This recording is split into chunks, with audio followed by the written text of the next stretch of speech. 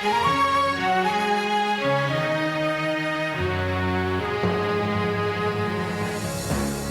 House Audiobooks presents Never Send Flowers by John Gardner. Read for you by Simon Jones.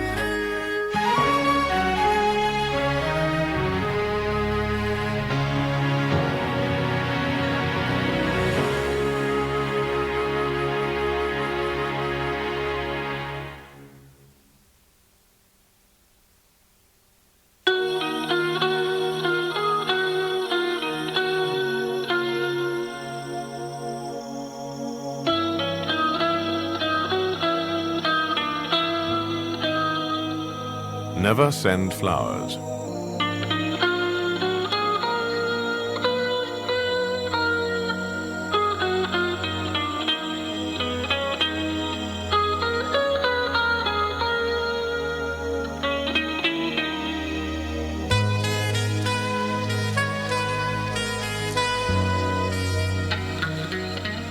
Father Paolo de Sio had been annoyed from the moment His Holiness had made his wishes clear.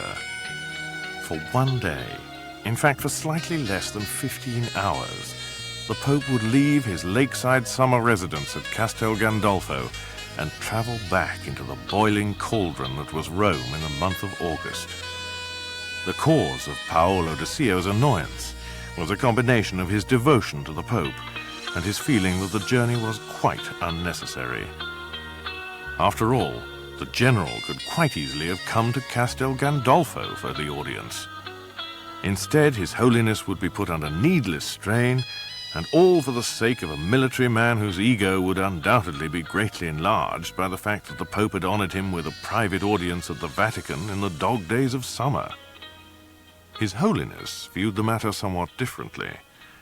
General Claudio Caruso was not simply a military man. For in the past year, the general had become arguably the most famous soldier in the world, except for General Norman Schwarzkopf. Caruso had served with great bravery during the Gulf War, gallantly leading one of Italy's Stormos, squadrons of tornadoes, on dangerous low-level attacks against Iraqi targets. On his return from the Gulf, the general had requested a year's sabbatical, during which he wrote the book that was to make him a household name, The Use of Air Power for Peace. His Holiness recognized the general as a mover and shaker for world peace, and as such felt that the military man should be openly recognized by the Church as an exceptional power for good in this wicked world.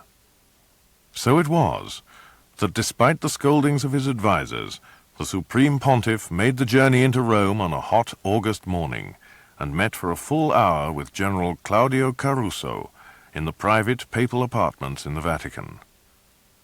It was a little after 2:30 in the afternoon when the general emerged from a private door and joined his aide-de-camp and a Vatican security officer. The small group only vaguely heard the popping sound of the motor scooter, though the general himself glanced up and saw the slightly amusing sight of a nun in full habit approaching, sitting straight-backed on a puttering scooter, followed at what seemed to be a respectful distance by his own official car. Only the Vatican security officer stood frozen with a sudden concern. Very few societies for women still wore the full-length black habits of their order, and the man saw with a sudden horror that the nun was certainly not what she seemed. The security officer cried out a warning just as the scooter came abreast of the three men. The nun swiveled on the small saddle, the wicked snout of a machine pistol poking from the folds of her habit.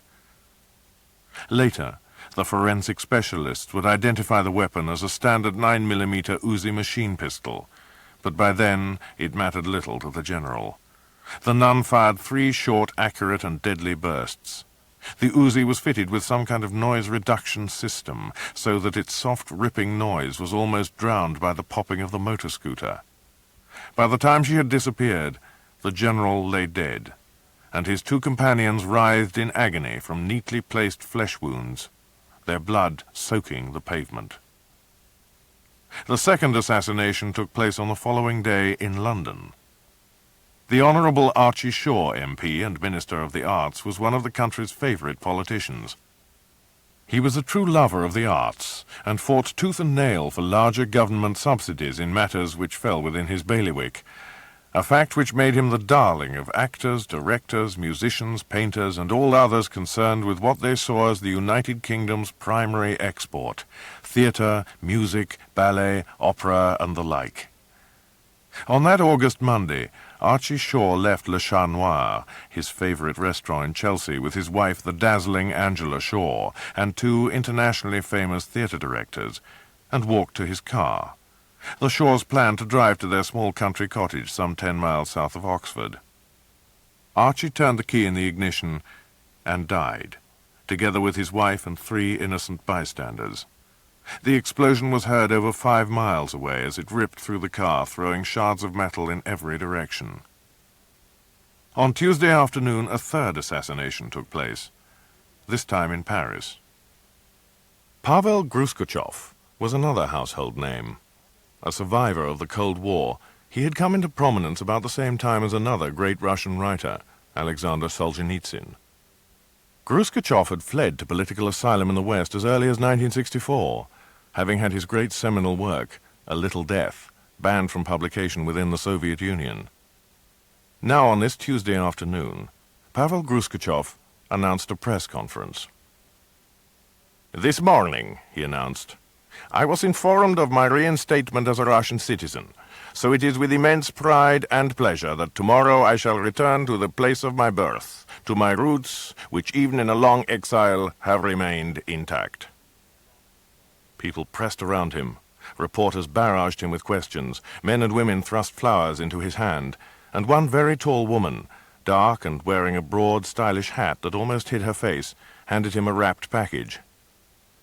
10 minutes later, as he sat alone in the back of a taxi, the package exploded, leaving the great novelist as though he had never been, his driver severely injured, and the traffic around the Champs-Élysées clogged for several hours. On Wednesday came the 4th assassination. 12 noon, Washington, D.C. Mark Fish was unknown to most people. As assistant to the Director of Central Intelligence, he was usually kept lurking in the background, for the Central Intelligence Agency is like an iceberg. Everyone knows it is there, but outsiders see only the tip.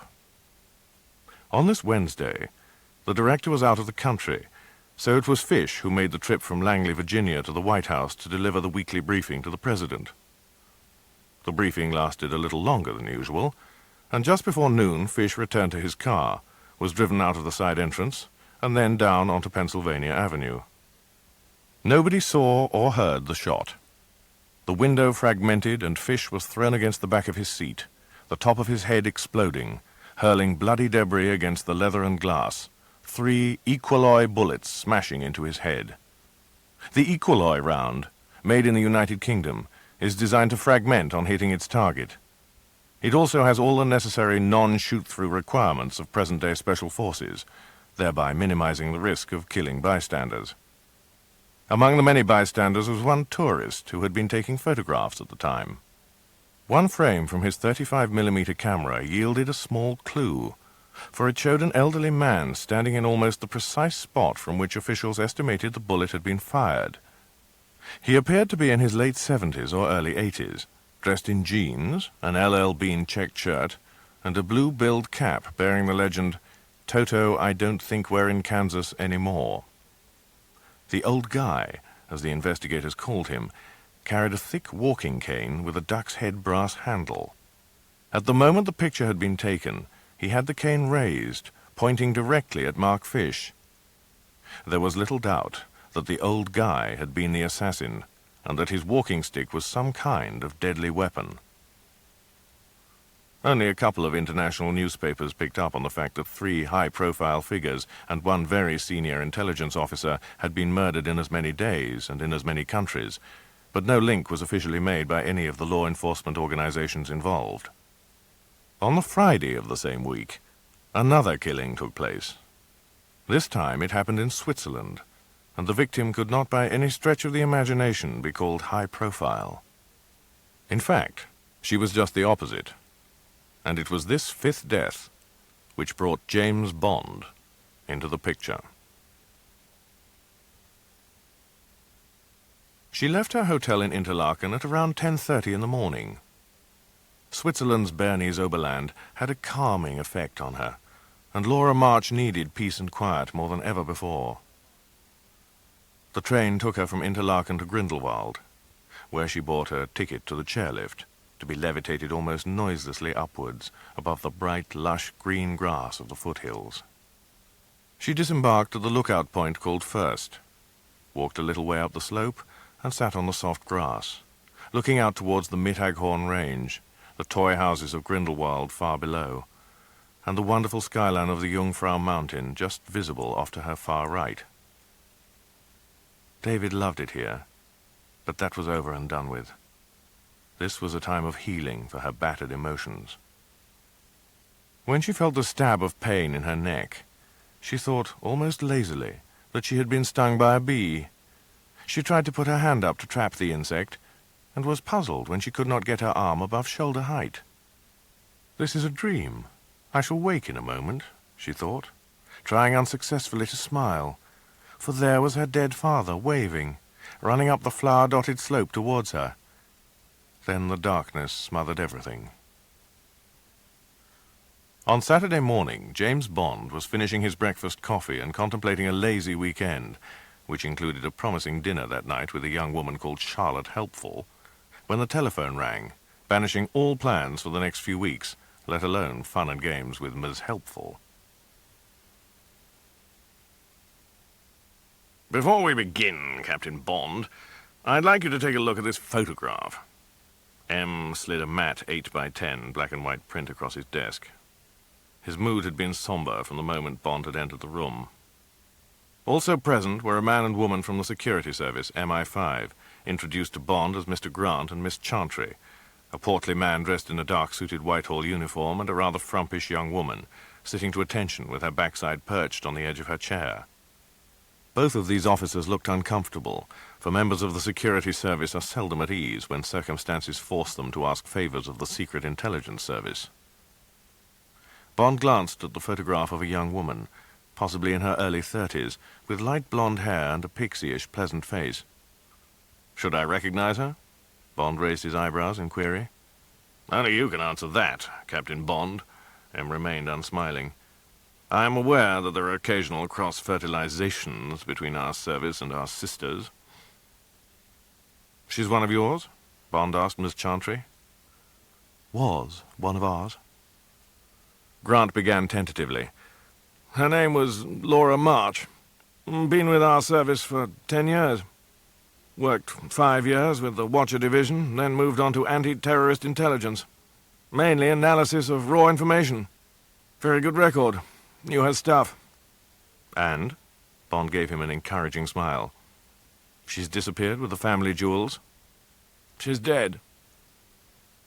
"Murdered, it would seem," M filled the gap. "In Switzerland," Miss Chantry supplied. "She was on leave." Grant said, "The only unusual mark they found on her body was an angry bruise on her neck, just below the right ear. The skin was broken, and they recovered a tiny fragment of gelatin, part of a capsule which had penetrated the skin. Well, nothing confirmed as yet, except that whatever killed her almost certainly got into her via the capsule. I understand that they've brought some specialist forensic doctor up from Bern." "And this, having happened in Switzerland, brings you to the point of your visit to us?" "We've been refused permission by both the Foreign Office and Swiss security to operate on that turf. They know of Miss March's link with us, and they're fairly paranoid." "Point is," M cut in, "they will accept Scotland Yard or one representative from us." "So I'm the lucky winner." Bond's spirits rose slightly. An all-expenses-paid weekend in Switzerland, even on grim business, was relatively appealing. "Your job is simply to gather details and make sure the Swiss police have done a thorough job." Bond turned to Grant and Chantry. "Miss March worked in terrorist intelligence. Was she involved in any particular operation, dealing with one particular group?" Grant shifted in his chair, pausing just a fraction too long for Bond's comfort. "She worked the whole spectrum," he said eventually. Familiar with all the most visible groups from the IRA to the Middle East.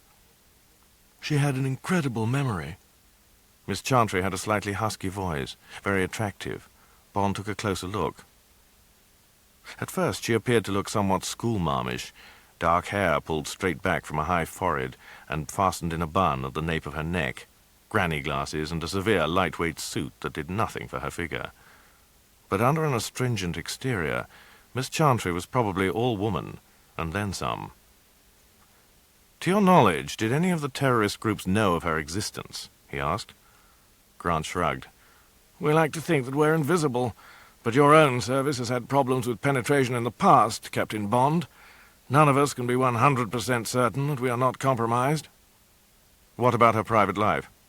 What about it? Now Grant sounded almost aggressive. She didn't talk much about her personal life, said Miss Chantry, quickly. What about positive vetting? Asked Bond, referring to the regular background checks on officers working in the twin labyrinths of intelligence and security. Grant gave a petulant sigh. First in modern languages, Cambridge. No brothers or sisters. Both parents killed in that wretched Pan Am bombing. No overt political affiliations. Boyfriends? She was engaged. It was broken off a month or so ago. The fiancé, then? Clean? Scrupulously. After the pair from MI5 had left, Bond said, There's something missing, sir. Just a lot, my boy. Never trust Greeks bearing gifts, nor five coming for help. Just watch your back, James. It wouldn't surprise me if Grant put some kind of leech on you in Switzerland. Incidentally, you're going out as a grieving relative. The contact from Swiss intelligence is Freddy von Gruther. Never met the fellow, but he's a Fon, so probably an insufferable bore and a snob to boot. There was no driver holding a card for Bond at the Bern airport, so he walked into the arrivals hall and was about to approach the inquiry desk when a deep, pleasant female voice whispered at his ear, James Bond? He caught the subtle scent of Chanel, turned and found himself looking into a pair of wide, twinkling green eyes. Mr. Bond, I'm Freddy von Gruther. Frederica von Gruther, actually. But my close friends call me Flicker. She was tall, around 5'11". One glance was enough to confirm athleticism in all senses of the word. She also gave off that indefinable static, immediately recognizable in some women, which said she was a sexual knockout, but on her own terms. The kind of woman who got exactly what she wanted, when she wanted it. They settled into her 3-year-old white Porsche and headed out of Bern on Route 6, following the River Aare to Thun, the lovely old town which always reminded Bond of the Frankenstein story. She drove fast, but with experienced skill, her shoes kicked off, stockinged feet dancing on the pedals. They're supposed to be an item, she said, glancing at him, a delightful smile glowing from mouth and eyes. That's what my people have decreed, and who am I to disobey them, huh? Who indeed? Bond clutched at the corner of his seat as she negotiated a long bend, just a fraction too fast for his liking. By item, you mean lovers, I presume? Correct. They're to stay where she stayed, and my papers show that I've just flown in from London with you. At Thun, they stopped at the Old Falcon Hotel for lunch, and Flicker supplied a few more details about the murder. The capsules that killed her contained tetrodotoxin, she began. Ah, as in blowfish. You've got it. They don't come more exotic than that. Tetrodotoxin was the poison of choice of the ancient Japanese shadow warriors, the followers of ninjutsu, the ninjas. They would use it to anoint the now familiar shuriken, throwing stars, and for centuries one of the most secret arts of ninjutsu was the method for preparing the deadly nerve poison. The poison comes from the reproductive sac of a species of blowfish called the Tetradontidae, a fish native to the coastal waters of Japan and Hawaii. In recent years, many schools of the Japanese culinary art have used the Tetradontidae as the main ingredient in the gourmet dish fugu. Yet even now, some are not completely adept at removing the sac, and each year there are a number of deaths in Japan from eating fugu which has been improperly prepared. It's a horrible way to die, Flicker shuddered. her skin suddenly pale at the thought. "Complete paralysis and respiratory failure in 20 seconds, the doctor says." Fast, though. Bond sipped his wine, holding a little in his mouth before swallowing, savouring the flavour. Over before you know it. He mentioned they still use it for suicide. She shook her head, a cross between saying no and driving the spectre of death by this kind of poison from her brain. "I read somewhere that people who want out can buy the stuff from chefs. They get drunk, then prick themselves with a needle soaked in the wretched venom." "The cops have found the place where the sniper holed up." She was distancing herself from the effect, returning to the first cause. "We can go up there tomorrow. Whoever it was made a comfortable hideout for himself, slightly higher up the mountain." Must have been pretty sure of his target, unless Armour's March was chosen at random. That's exactly what the cops said. In fact, it's what they're afraid of. A killer taking potshots at people with his poisoned darts or capsules. Not the happiest of thoughts, a random poisoner on the loose. Which is easier to deal with? The random killer or some terrorist organization intent on revenge or headlines? One's as bad as the other, really. Scares the hell out of me. And you don't look as if you scare easily. I don't? You're a professional, so don't you get scared, James? Don't all of us? Of course I do, but only when the situation warrants it. We're only going through the motions, investigating a murder. We're working like a couple of homicide detectives. There's no danger in that. We've been told to take great care, Flicker said. If it is a crazy, we're all still at risk. If it's terrorists, the same applies. I'm scared, James. And I'll be surprised if you don't feel something up on that mountain tomorrow. So we know how the girl was killed. Have the cops had any other ideas? She's stayed there before, at the same hotel, each time with the same man. They ID'd her friend? His passport showed him as March. You're going to love this, James. It's her brother's passport.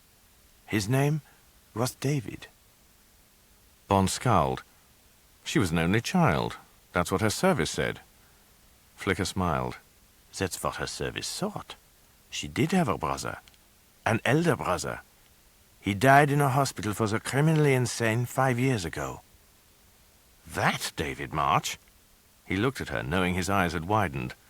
The one who kept the heads? Flicker handed him a sheaf of reports. Back in the early 70s, there had been a sensation when 4 young women had disappeared. Clues had led the police to David March, a young student at Oxford. After answering the officer's questions politely, March had opened his refrigerator door and showed them a sight so grisly that one seasoned officer grew violently ill. 4 female heads floated in 4 large jars of formaldehyde. Young March said that the Egyptian goddess Isis had told him to commit the murders. Flicker explained. One of the shrinks who interviewed him had a very long session with the father and came to the conclusion that he was seriously unbalanced. Mrs. March appeared to have been a bit of a religious fanatic. They produced one monster. It makes you wonder if they spawned 2 of them.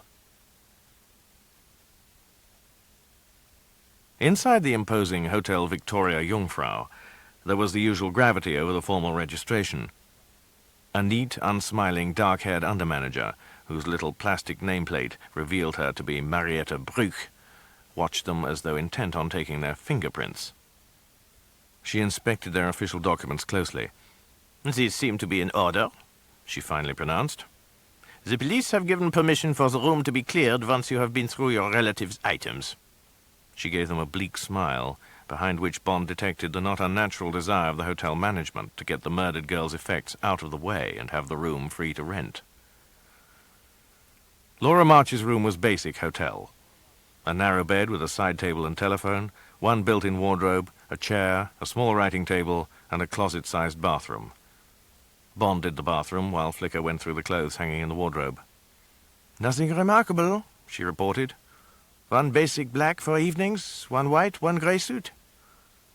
She began opening the wardrobe doors. She was a good customer, Victoria's Secret. Huh.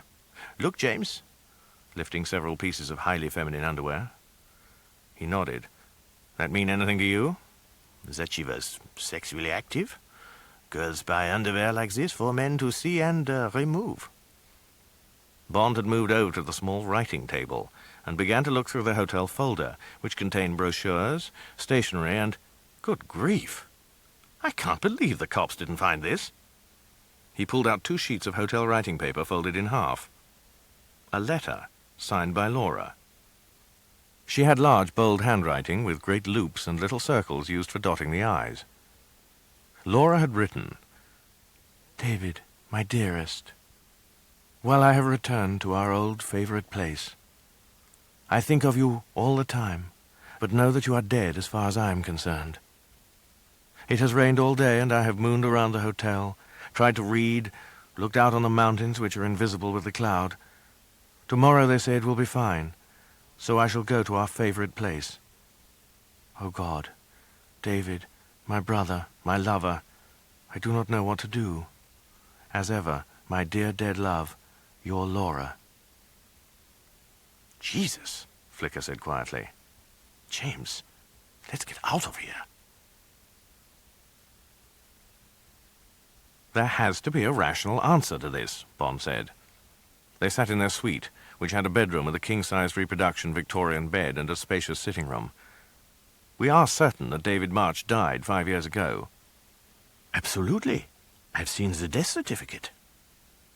"Then there are 3 possibilities. This is either a plant, which seems quite likely because the cops didn't remove it, or Laura was writing to someone else, someone she thought of as a brother-lover, or she was unbalanced, which could mean it was a piece of mental fabrication on her part. Well, first, I think we have to make certain it was really written by her." He crossed the room, picking up his briefcase, thumbing the security locks and opening it to reveal a laptop computer with a portable fax machine lying next to it. He laughed. "There was a time when my briefcase was a lethal weapon. Now the armory is almost totally electronic." He did not add that the case, in fact, did contain a couple of concealed items that could be lethal if used properly. As he faxed the letter to M, he said, "I've asked them to identify the handwriting as Laura's and to recheck the facts regarding David's death. We'll get some clues in the morning." Later, Bond was in the sitting room watching CNN News when he caught the whisper of clothing behind him. Looking around, he saw Flicker, framed in the bedroom doorway. She wore nothing but a filmy triangle of silk and lace. Her hair gleamed, and the green eyes were wide open, so that he felt she had the ability to drown him with a look. Ah, Flicker's secret. Your secret, James. Neither of them heard the door to the sitting room click open, nor the soft tread of the person who crossed in front of their door, for by then the bedroom had become a raft, adrift and far from land. Then, with no warning, Bond softly put his hand over Flicker's mouth. "Ah?" she began. But he called out loudly, "Who's there?" From the sitting room a woman's voice, embarrassed, said, "The maid, sir. I'm sorry, I thought you might want me to make up the room." No, that's all right." He smiled at Flicker. "I'd better go put out the Do Not Disturb sign." "If you have to. But be quick about it, or I'll start again without you." The fax arrived early the next morning. Identification positive. Send original immediately by courier. It was signed Mandarin, the highest priority crypto used by M, which meant the old man wanted Bond to go through a courier routine involving 2 telephone calls to Geneva and being physically present when the messenger arrived to pick up the letter.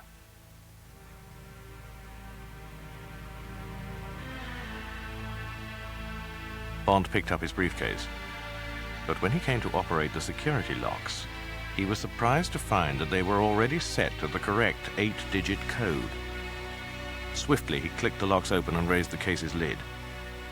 Everything appeared normal until he opened the small buff folder into which he had put the letter. It was empty.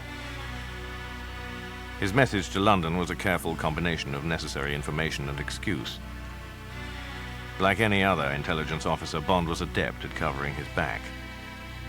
By the time he saw M in London, he would have thought out some logical excuse.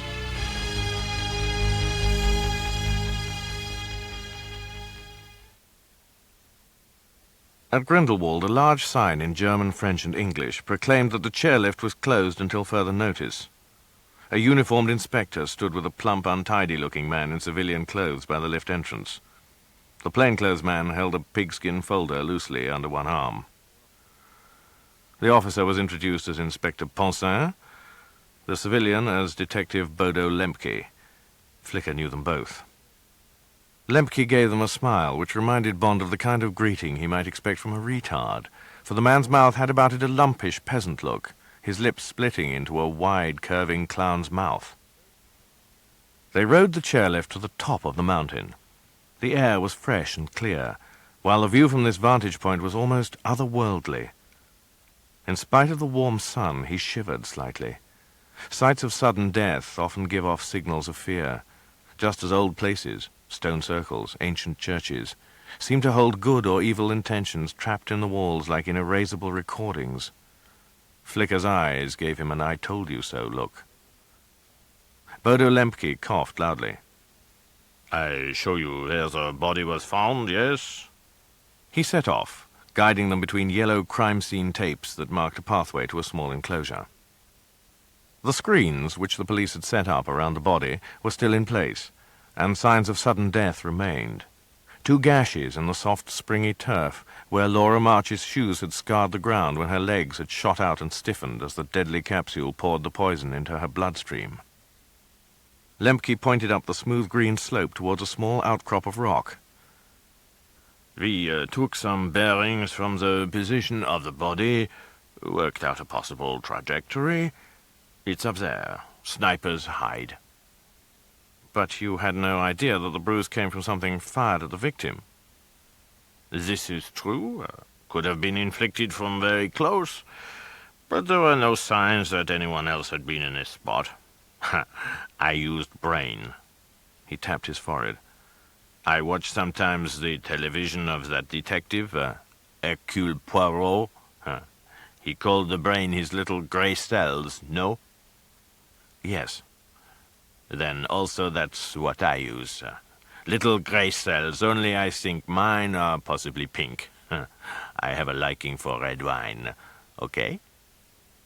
Bond knew that Bodo Lemke, with his slept-in appearance and feigned naivety, coupled with a disarming misuse of the English language, was sharp as a razor blade.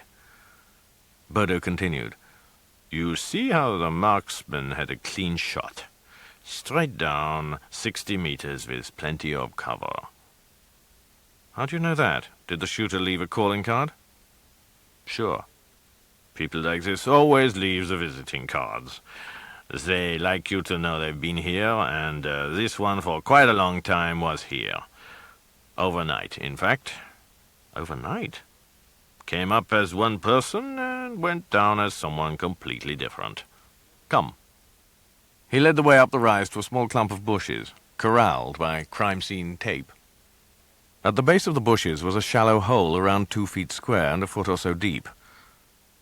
Maybe he planned to come back for his stuff, but we got here first. I have it in my car. You have what in your car? Asked Flicker. Everything he needed, except for the weapon, of course.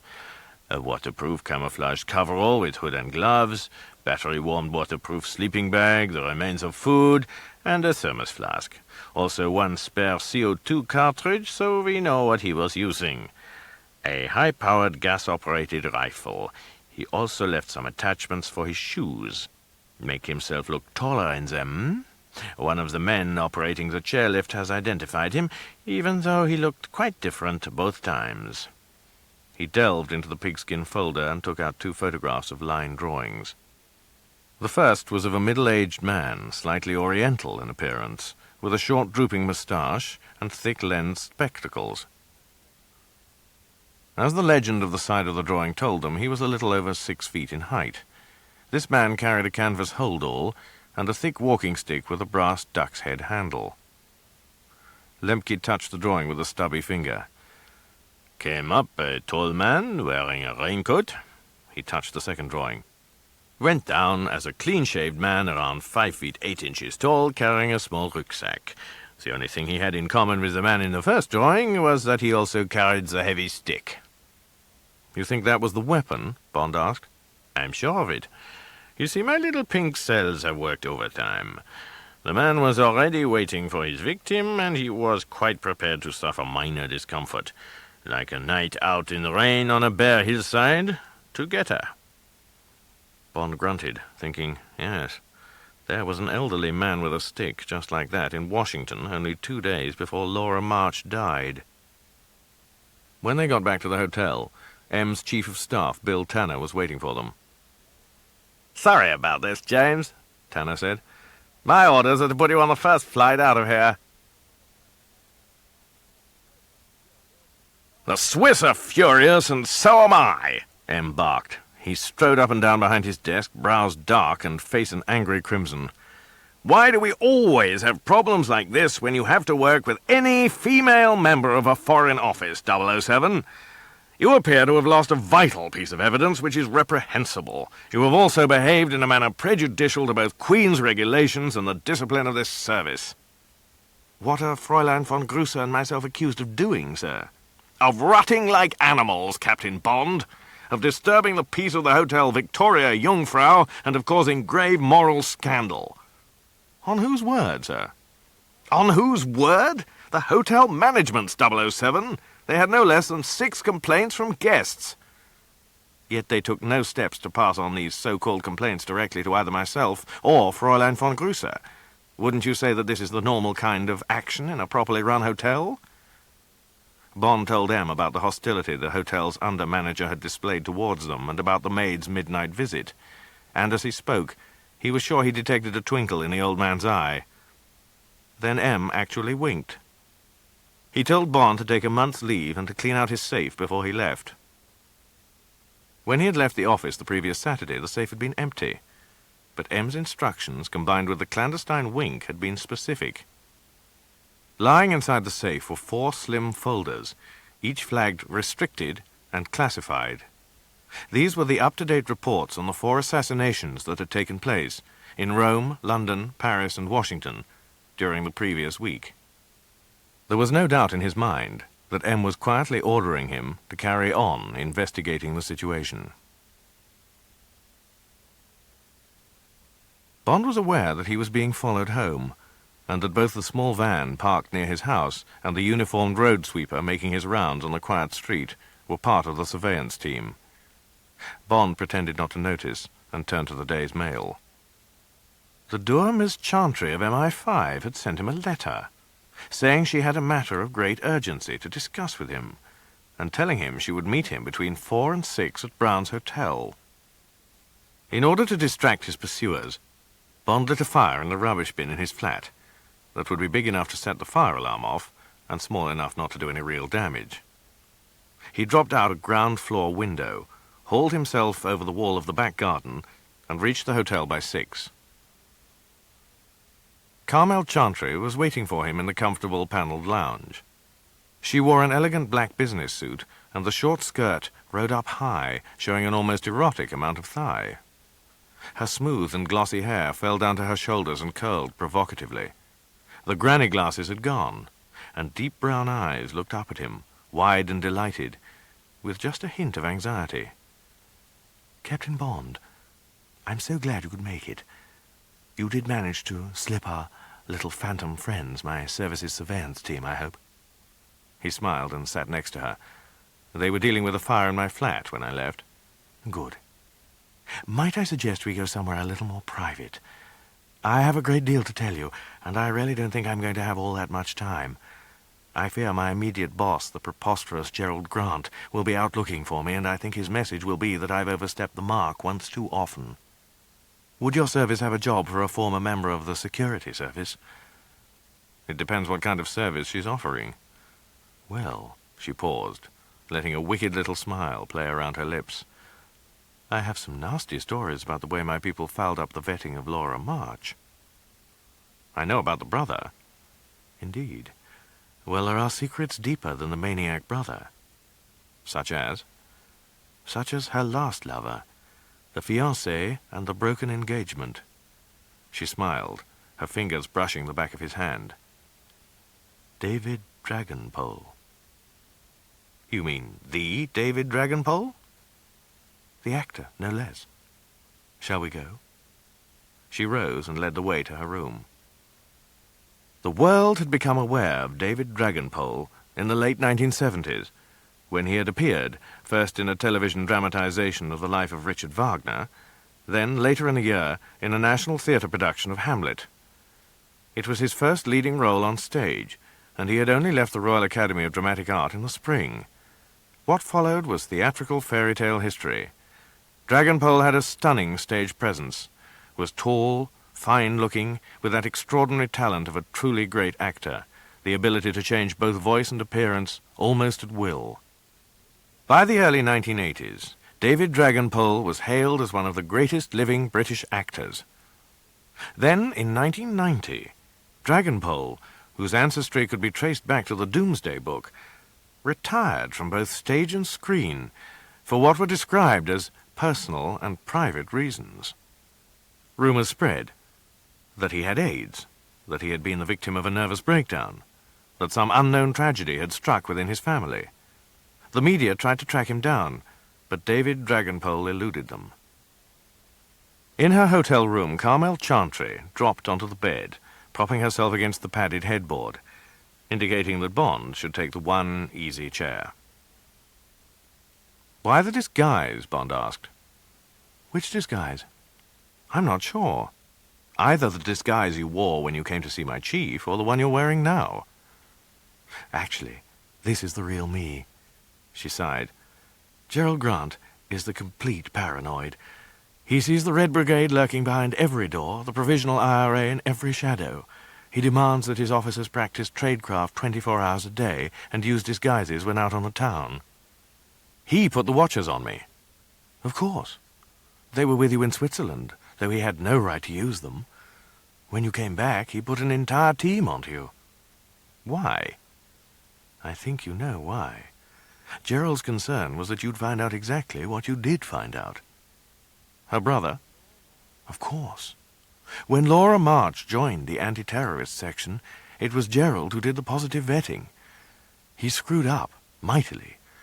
Even when he found out, he felt Laura was so good that he buried the evidence. He even kept quiet about David Dragonpole." "I still don't understand why he put the dogs on me."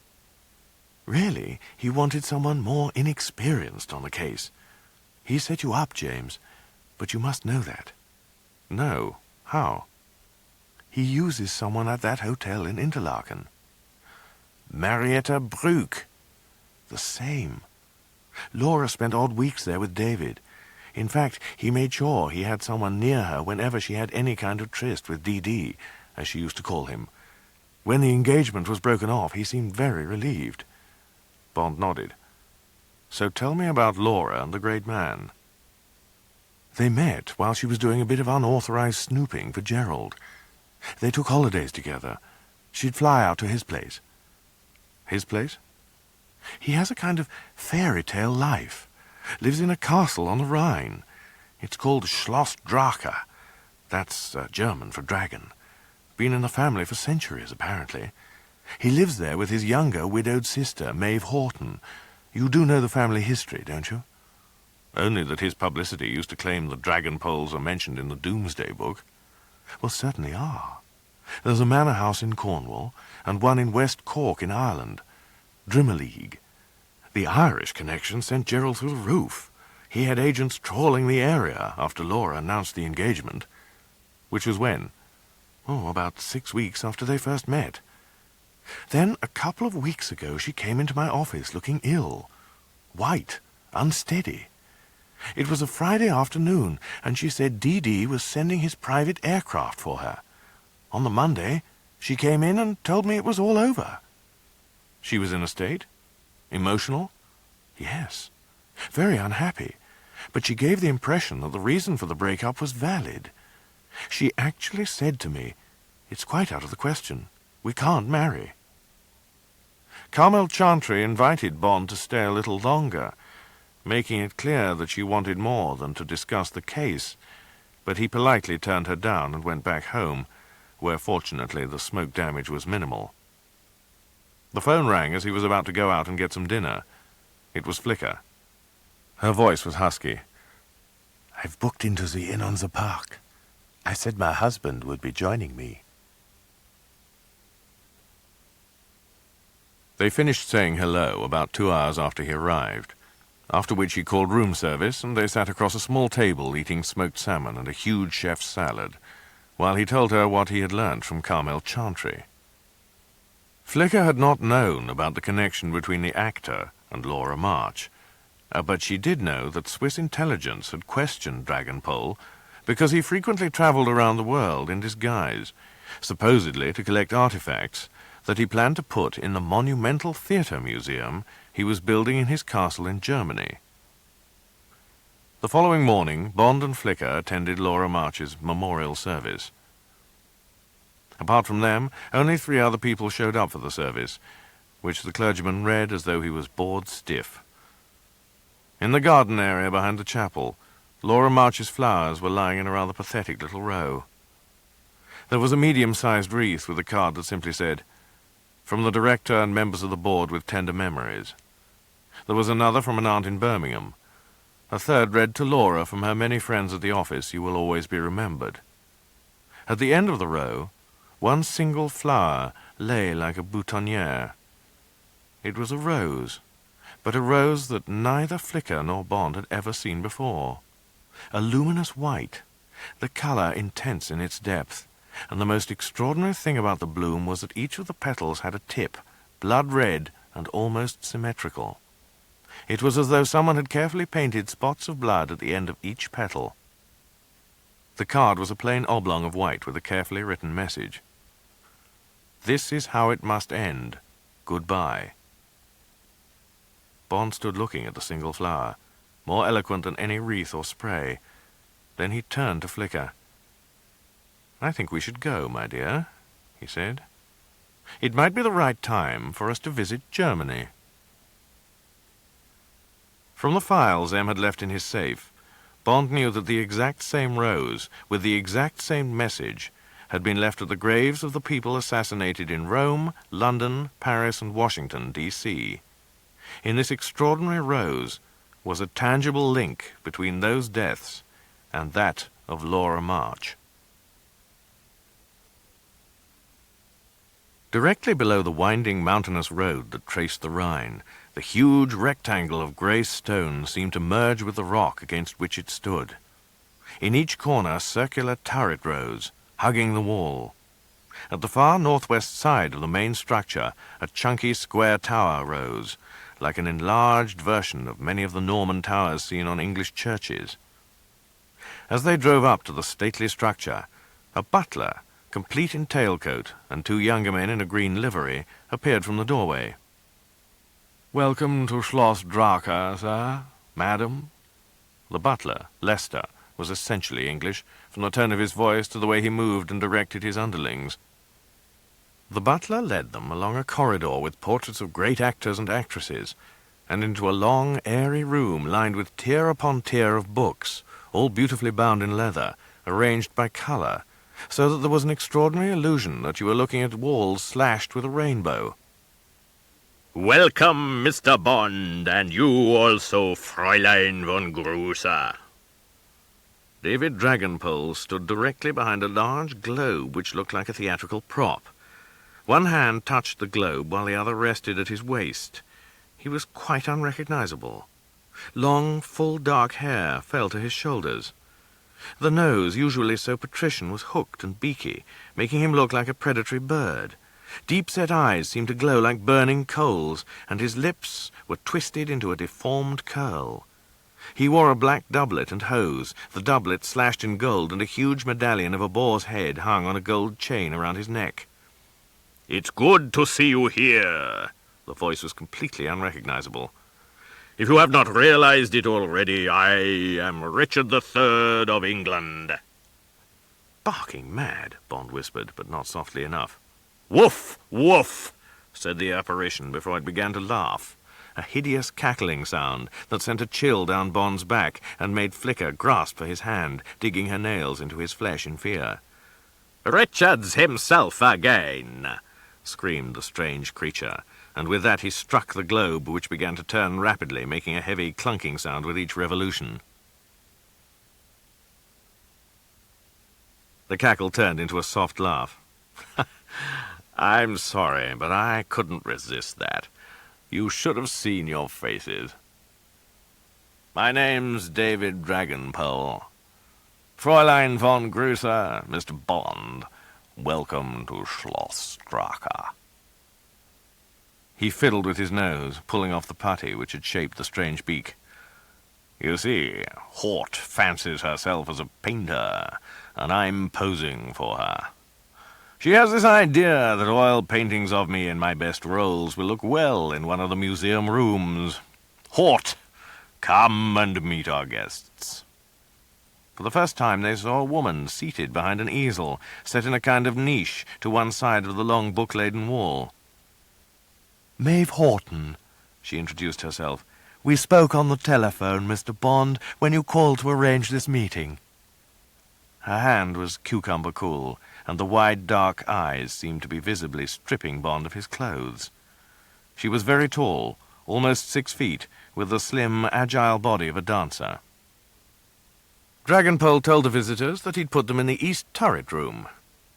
It's a regular bridal suite, he said. Unlike the rest of the house, the East Turret turned out to be anything but Edwardian. It was sumptuous, with its own private elevator and 2 sets of rooms, one above the other, connected by a cleverly designed staircase. You do realize we're virtually prisoners in this place? Flicker demonstrated by pressing the elevator buttons. The indicator did not light up, nor could they hear the whir of machinery. What do you make of that? What do I make of the whole business? He asked. Did you get a look at Hort's easel? No, she moved me right away from it. Right. You want to know why? It was a daub, a squiggle of lines. No painting of the great man as Richard III. They were both playing with us. I think we should be prepared for some further bits of fantasy. And what about Lester and the boys? Charles and William? They look like ordinary servants to you? Flicker was pacing around the room, brow creased and hands moving nervously. They're more like bodyguards than flunkies. Quite. A pair of very tough bantamweights, and I'd put money on them knowing a lot of tricks designed to damage your health. How? You didn't notice Lester's bulge? The man's carrying. Shoulder holster, and something pretty lethal in it. The other strange thing is that I've seen Dragonpole on stage and screen, admittedly cloaked in the great acting roles, but I don't really recognize him. You don't? I'd recognize him anywhere.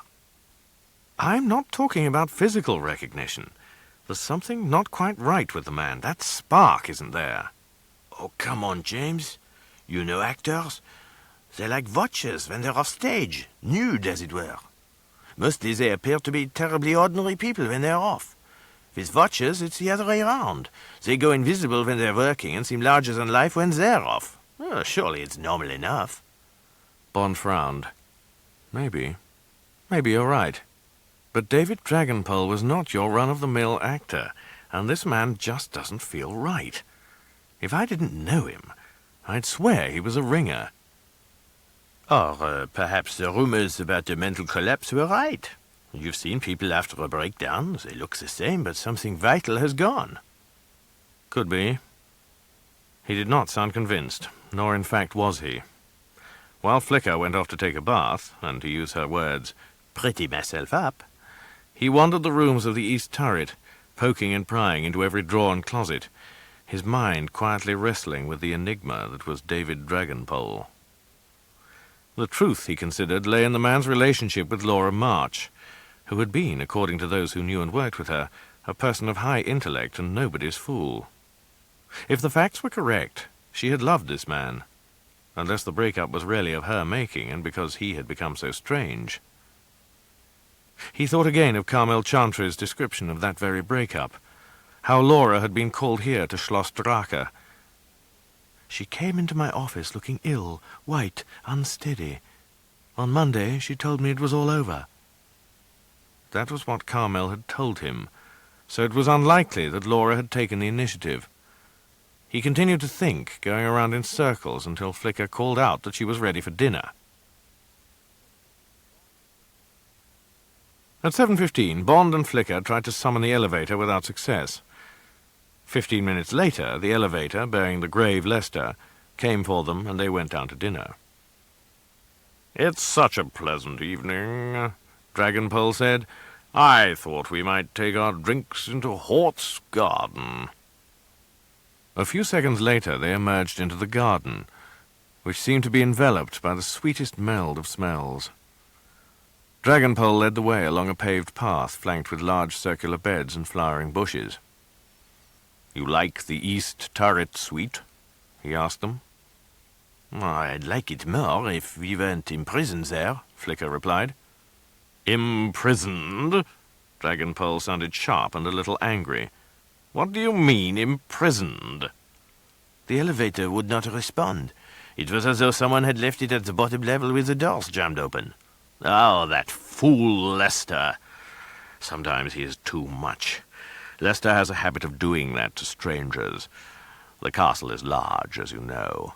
Also, we have a great deal of renovation going on, particularly on the second and third floors where I'm setting up the museum. He does not like to think of people getting lost. It's quite easy to get lost in Schloss Drache." His voice dropped at the last sentence, giving the impression that this was some kind of threat. Bond laughed. "Bravo!" "Bravo?" "It's quite easy to get lost in Schloss Drache. Oh, you sounded just as menacing as you did when you played Shylock. The accent was almost the same. I could even see you standing there, sharpening your knife and talking about the pound of flesh you would take." "Really?" For a second, Dragonpole seemed taken by surprise. "Yes, really. You remember how you did that wonderful bit of business, using your belt as a leather strop, and how the knife was shaped like an old-fashioned open razor?" Yes, of course. I'm sorry. In my time, I have played many parts. One forgets." They had come to the end of the path, and the garden opened up into a most wonderful trellised rose arbor. "These are my favorites." Maeve Horton ran forward. Flicker's eyes opened wide, and Bond's face froze. Maeve Horton was standing beside a set of 4 bushes placed symmetrically to one side of an archway thick with roses, leading into the arbor. The 4 bushes glowed with a pulse of white and scarlet color. Each rose was the same, pure deep white, and each petal looked as though it had been dipped in blood. "Very beautiful." Bond spoke with a cold flatness. "I've never seen a rose like this before," he lied. "Do you sell them? Export them?" No, my roses are strictly for family use," she said. And Bond thought to himself that she was lying, just as Dragonpole had been lying when he acknowledged using a dagger shaped like a razor and his belt as a strop when playing Shylock. Bond had seen Dragonpole's definitive Shylock. He had used an ordinary long stiletto and had produced a sharpening stone from a leather bag at his waist. It had been an unforgettable moment.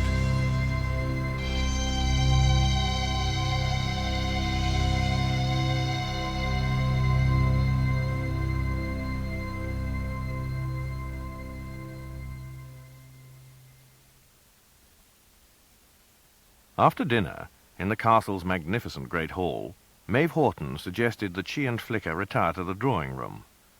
Dragonpole and Bond were left alone, and there was a long charged silence between the two men, until Dragonpole spoke. "Obviously, you want to talk to me about poor Laura." "That is the reason we're here, David."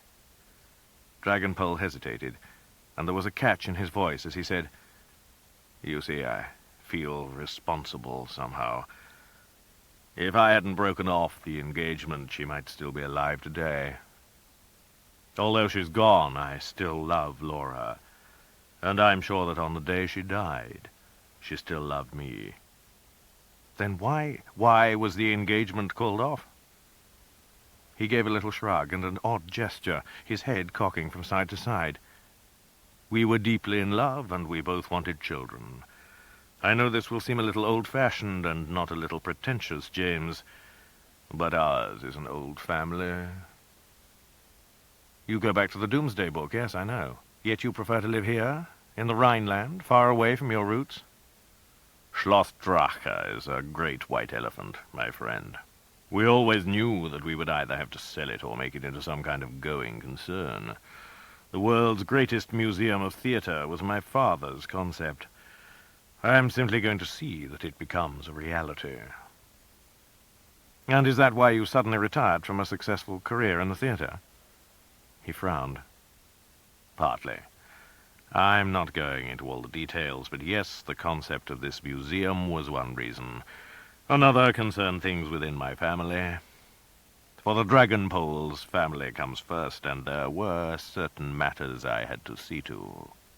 Bond nodded. So what has this to do with your engagement to Laura? There has to be someone to carry on the family and its tradition. But about a month before her death, Laura dropped a bombshell on me. She told you about her maniac brother? Quite. Yes. She had held back the truth, but finally she told me everything. Out there in the garden, doctors, very eminent psychiatrists, had told her that her children would have a 70-40 chance of being born with some kind of mental aberration. Isn't that the case with most people? Life's a lottery, David. He did not look Bond in the eyes. She was already beginning to see signs of deterioration in herself. She admitted that she had recently had experience of fugues. Memory loss? Yes. She had lost the odd hour, but more recently days were missing. She said it was like a half-remembered dream, in which I had become her brother and Hort was her mother. Laura was terrified, convinced that she had begun a descent into abnormality. Bond gave the impression of having accepted Dragonpole's explanation. Forgive me, David, but I have to ask other questions. Go ahead. Where were you on the day Laura was murdered? He gave a long shudder. You're not going to like the answer, James. I was flying from Washington to Zurich. Bond looked up sharply. You were in Washington? For one night, yes. The Thursday night I visited a professor of English. We met at the Folger Library, and we dined at the Willard Hotel. You flew from Germany to Washington? No, I went from Paris. There were some papers, letters of the great Sarah Bernhardt that I had purchased from a dealer.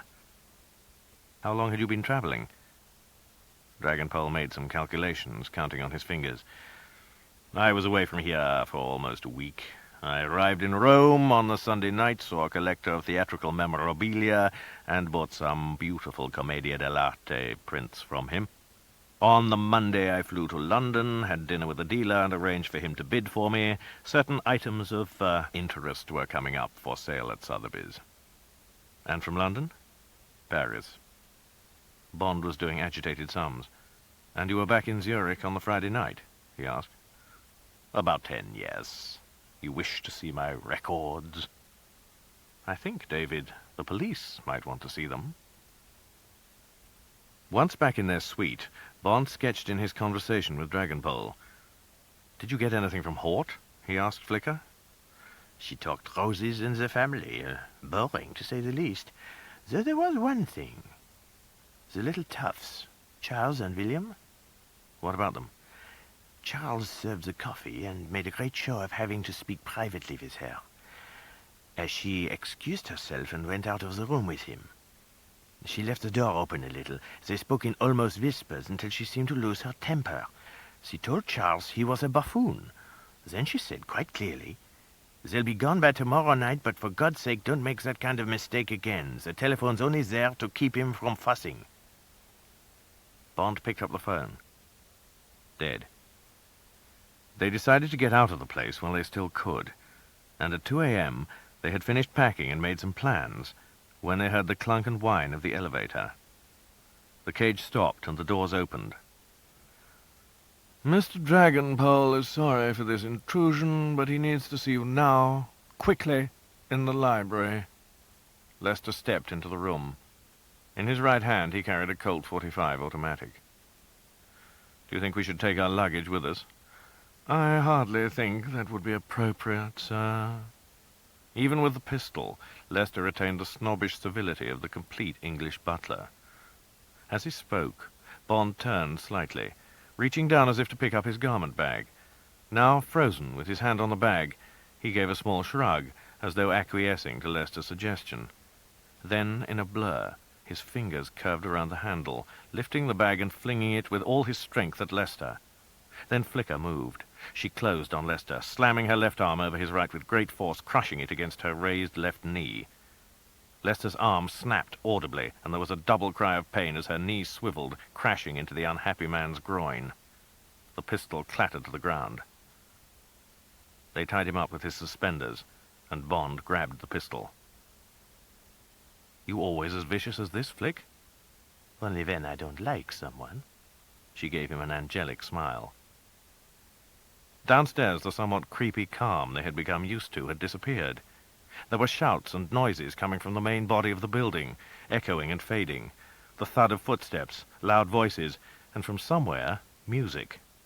They followed long corridors, then climbed a massive stairwell, until they reached a long, wide landing, which seemed to run across the width of the castle interior and turn at right angles at each end. Facing them was a pair of oak double doors. The noise seemed to rise and fall, as though the castle had suddenly become inhabited by an invading army of ghosts. Bond was about to put his hand on the doors, when they heard Dragonpole's voice rising above the clamor. "I can't wait," he was saying loudly. "Where's that fool Lester and the two meddlers?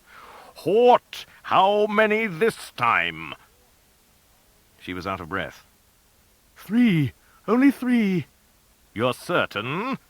"Absolutely. And you have the key map. There's still 3 too many." "I know it, and I'd better get going. Charles, William, get hold of Lester. Keep our guests safe. Don't hurt them unless it's absolutely necessary." They heard his footsteps thudding away into the distance.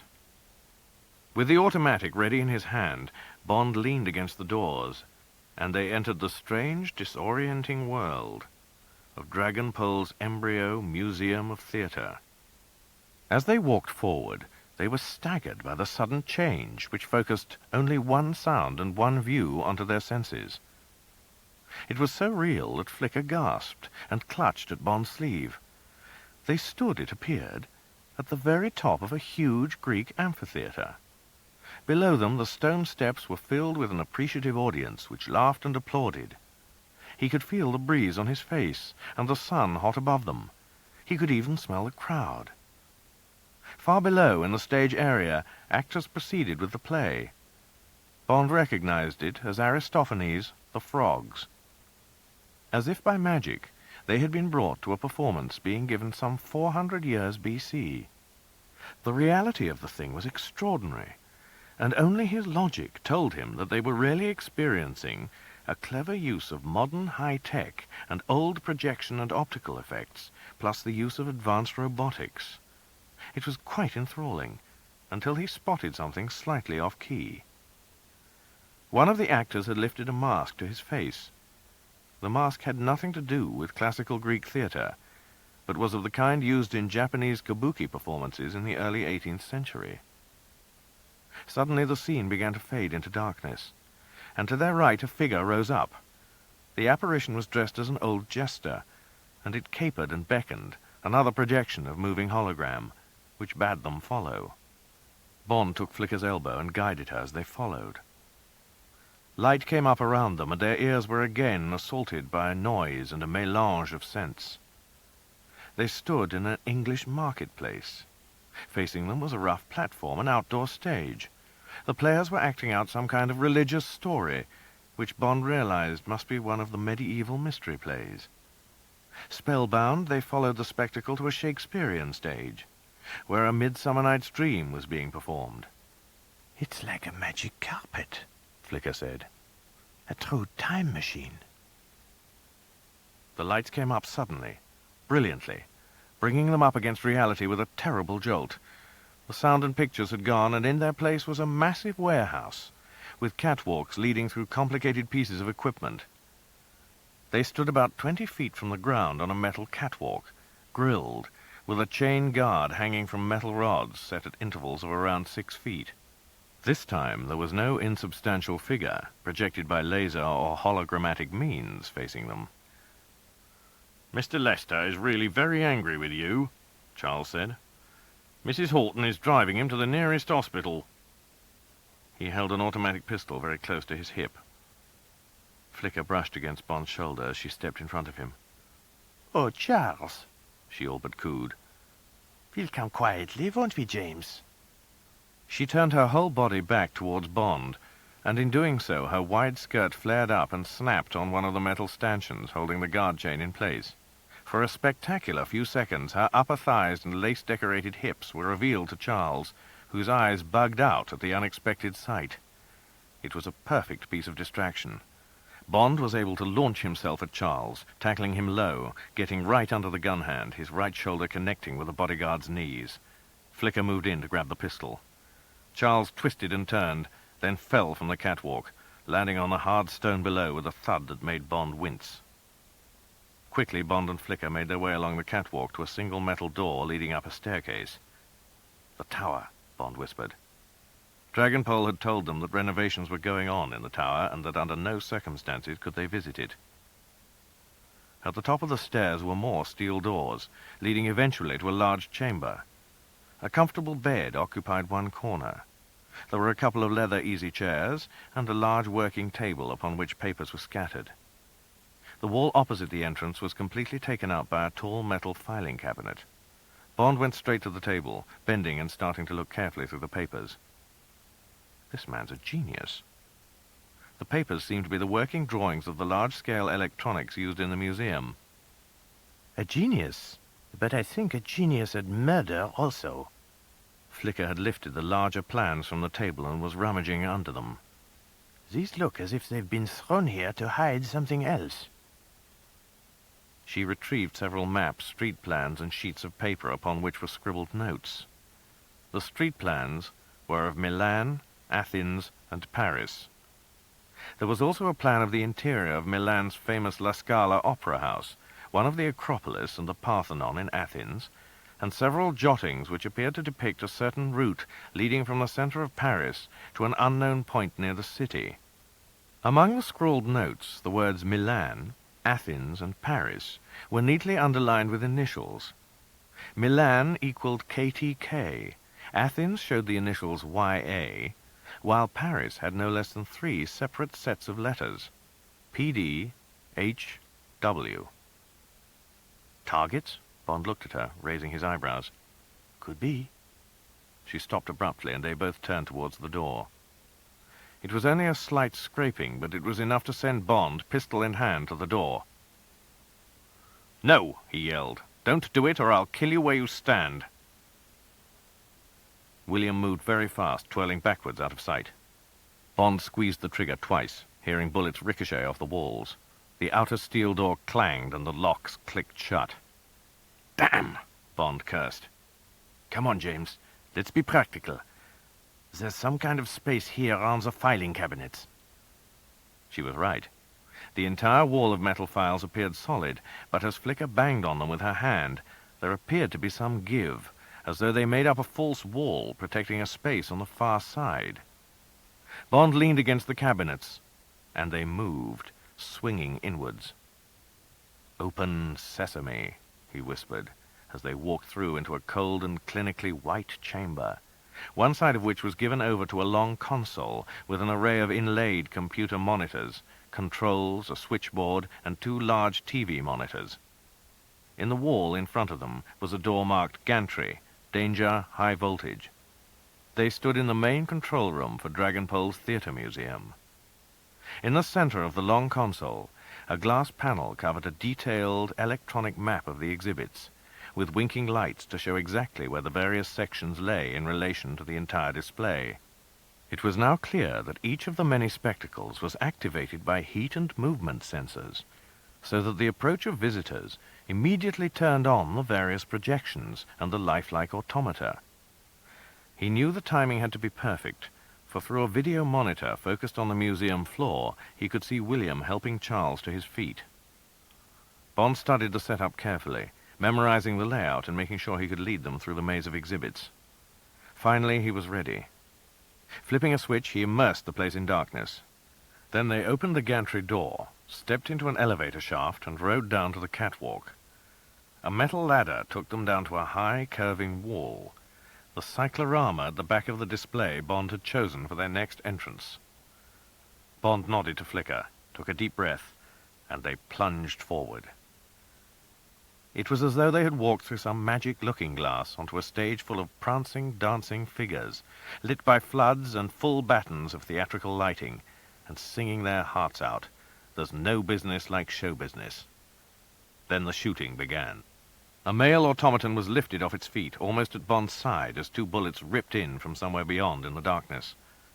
Bond had been aware of the muzzle flashes and fired twice in the general direction from which the shots had come as he blundered forward. Another bullet cracked past his head, and the face of a second male robot disintegrated into wires and microchips, as Bond leapt forward through the lights and into the cavern of darkness beyond. The music and singing did not stop, but he was aware of the robotic confusion now reigning on stage. From the corner of his eye he saw Flicker jump across what was supposed to be the orchestra pit, firing as she went. Then he was also on the far side of the lights, looking at Charles, spread-eagled on the ground, his shirt front a bloody, gushing mess, where one of their bullets had struck him. Again there was noise, a huge, overpowering burst of music, recognizable as Wagner's Siegfried. William was attempting to get across the stage, which was a full-sized model of Wagner's great Dream Theatre at Bayreuth, built especially for the performance of the composer's gargantuan operas. Bond stopped, legs parted, the Colt an extension of his arm, sighting in on the figure of William as he blundered forward towards the automaton of Siegfried, singing his microchip heart out and raising his legendary magic sword. Bond fired once and saw William lifted off his feet as the bullet struck him, sending him curving towards the rising sword. Then, in a flurry of arms and legs, William crashed down upon the automaton. Sparks flew from under his body, and a small burst of smoke immersed both man and robot for a few seconds. When the smoke lifted, William lay impaled on the sword, while the opera continued. Don't you think we should wait for Maeve? Flicker stood in the great hall. No. For one thing, I don't particularly want to do any explaining concerning two dead bodies. Also, if we're to catch up with Dragonpole, we should head for Milan. That's his first stop, isn't it? According to these notes, yes. The car was clean, so they drove away, leaving Schloss Drache lit up as though for some festival. As they sped toward Bonn, Flicker stopped to make one phone call to Bodo Lemke, who arranged to meet them in Milan the next day.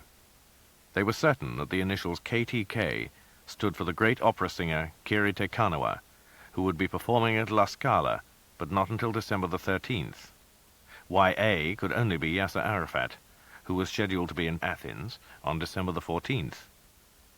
I have one idea about Paris, Bond said, but it really doesn't bear thinking about. The next day, over lunch in Milan's famous Galerie shopping mall, Bodo Lemke smiled his ridiculous smile and told them that he had arranged for them to meet with some high-powered contacts who could help them locate Dragonpole. After lunch, they took the road out of Milan, heading towards Lake Como and Cernobbio and the palatious Villa d'Este. The Villa d'Este is pretty high profile for a secret meeting with your contact, Bond said. Also, your man must be a very well-connected policeman if we're meeting him there. Who said he was a policeman? Anyway, you'd be surprised who stays at the Villa d'Este these days. With that, Bodo made himself comfortable and appeared to go to sleep. The Villa d'Este is arguably one of Italy's greatest hotels. For almost 5 centuries, it has been a summer oasis for the rich and noble. A refreshing gem set in parkland, with tennis courts, swimming pool, horses, an 18-hole golf course, and amazing Lombardian food. Its famous park and terrace have been the meeting place for deposed and reigning royalty, politicians, and people whose names are legend, while the service approaches the grandeur of a lost age.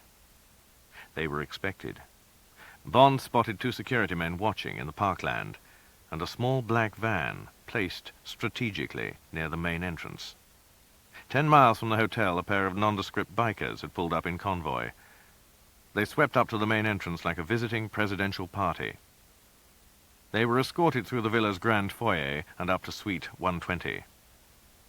James, how nice to see you. And this must be the lovely Fräulein von Grüße. M sat behind a delicate Louis XV desk. Bill Tanner, M's chief of staff, stood beside one of the windows, and a short Armani and Gucci-clad Italian hovered in the background. Do sit down, the pair of you. M waved them toward chairs, and they realized that Bodo Lemke had somehow disappeared along the way. M smiled as though this were all a game. You didn't think we'd let you get into difficulties in that odd German castle, did you? I didn't notice any surveillance, sir. Good. You failed to spot anyone at Brown's Hotel when you went to meet Carmel Chantry, which means my people are much better than MI5's Watcher section. And now, James, we know what you're up against. We do? Friend Dragonpole needs to be corralled. Bill Tanner spoke in a low voice. Unhappily, we have no solid evidence, which means we have to catch him in the act.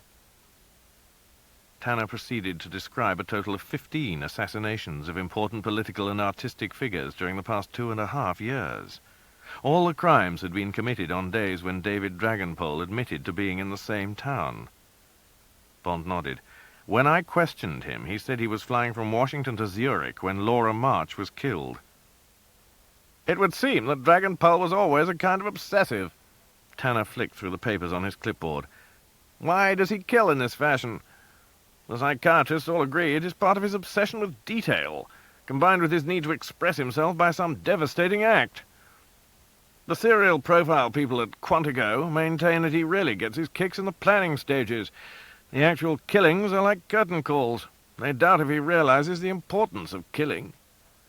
And how do we know he's here in Milan at this moment?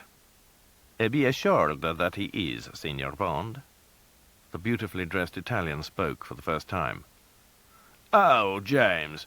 M half rose from his chair. I'd like you to meet Gianfranco Orsini. Gianfranco is, for want of a better word, my opposite number in Italy, and he's been very cooperative. We owe him a lot.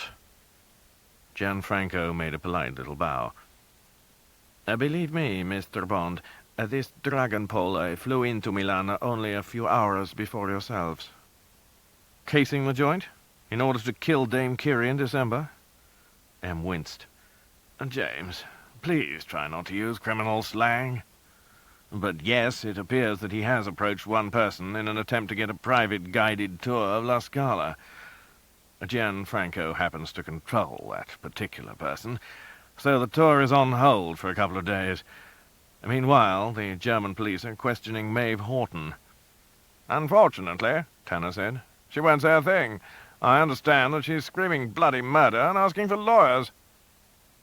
Nobody spoke. The silence twisted around the room. Bond glanced at Flicker, and she raised her eyebrows at him. Finally, he opened his mouth. Basically, what you're saying is that you'd like us to do a trick that I've had to perform several times before.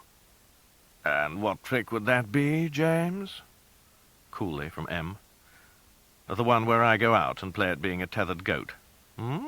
A target for the crazy Dragonpole. M nodded like a Buddha. That was the general idea. Bond and Flicker spent the afternoon enjoying romantic Lake Como like a couple of tourists. Hand in hand, they wandered around like young lovers, even buying the kind of souvenirs they would not normally touch with a barge pole. Little pots and ashtrays with Lake Como printed on them, and a pen and ink drawing of Como. At one point, Flicker slipped away, returning with a small box containing a pair of exquisite cufflinks. Narrow strips of what looked like woven gold with a large clasp at each end. Bond opened his gift as they sat outside a small bar. She sipped a Campari and he nursed his usual vodka martini. His pleasure in the gift was like that of a small child on Christmas morning. People don't often give me presents, he said, then told her to stay where she was as he strolled off up the street. He returned with a gold ring containing a magnificent sapphire in a claw setting, surrounded by a circlet of diamonds. "Oh, James, you darling man." She leaned over and kissed him on the cheek. "Please, you put it on my finger." She stretched out her left hand and indicated the third finger. For a moment he hesitated, then took her right hand, whispering, "Not until this is all over." Tenderly he slipped it onto the third finger of her right hand. "I don't want to tempt fate. Women with whom I get deeply involved have a tendency to meet what bad novelists call an untimely end." He kissed her gently, and they walked down to the lakeside, where they found a small restaurant. The sky was like velvet, speckled with stars. Out on the lake there seemed to be 1,000 lights from the small coracle-like fishing boats which trawl the waters of Lake Como and the neighboring Maggiore. It was a night of magic, and during dinner they spoke to each other more with their eyes than with their voices. Then suddenly it was all over, and they were haggling with a cab driver over the price of a ride back to Milan. When they got back to their hotel a little after midnight, Carmel Chantry was waiting in their room. Bond was wary and suspicious of this sudden intrusion, but Carmel insisted, "James, I did not tell you everything. This afternoon, my conscience, well, I felt bad about it. You see, I really became close to Laura and to David. I visited the castle with her several times, got to know David and Maeve quite well. It was Laura who broke the engagement off." "You were with her that weekend?" "No, though she asked me to come along as moral support. The point was that David finally told her there was a history of mental instability in his family. He even confessed the reason for giving up acting. David Dragonpole had a complete nervous breakdown. During the year before his retirement, he had twice gone through memory losses, and on occasions he would completely lose control of his temper. He felt that with Laura as his wife, he could return to normality, but she couldn't take the strain." "So the only new things you're telling us are that you knew him quite well, and that it was Laura who broke off the engagement." She gave a little nod. "I knew him very well. Too well, in fact. And he knew me, in all senses." "So why are you really here, Carmel? You haven't flown all the way to Milan just to unburden your soul to me." "No. I think this all has to end. I can probably lead you to him. If anyone can talk him down, I can. Maeve never could. Laura was good with him, but I can really do the trick." Do we trust her? Flicker asked after Carmel Chantry had left. "We have no other option."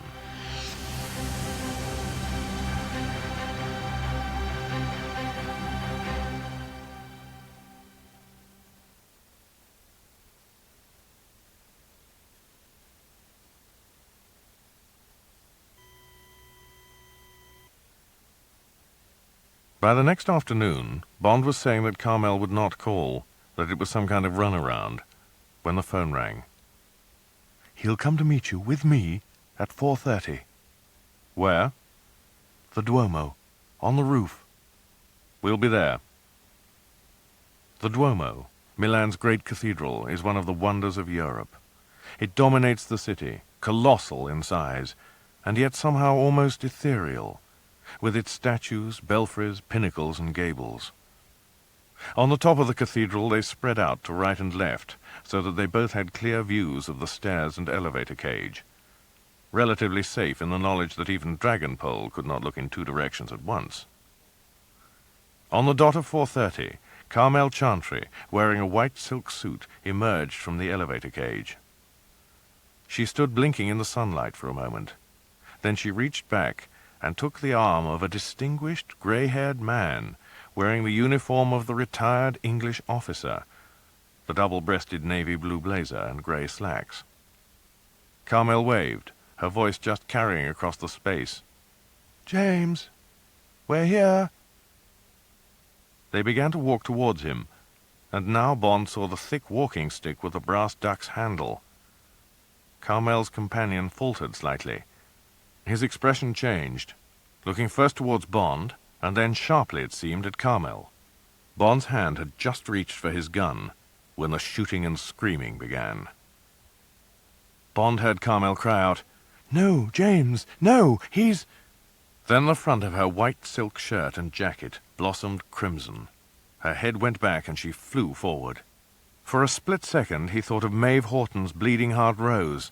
Then he was dragging the pistol from his waistband, hearing the crash of shots echoing off the roof, aware of people throwing themselves to the ground, and the grey head of hair, actually a wig, levitating under a fine mist of blood, while the deadly walking stick went flying through the air.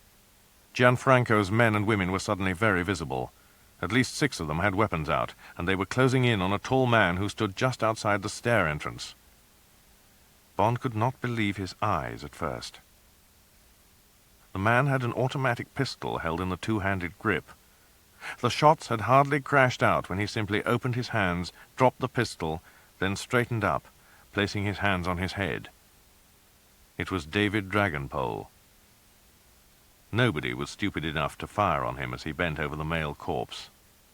He was now openly weeping, and by the time Bond reached him, he had started to mutter, "Oh, David, David, I'm sorry, but it had to end like this.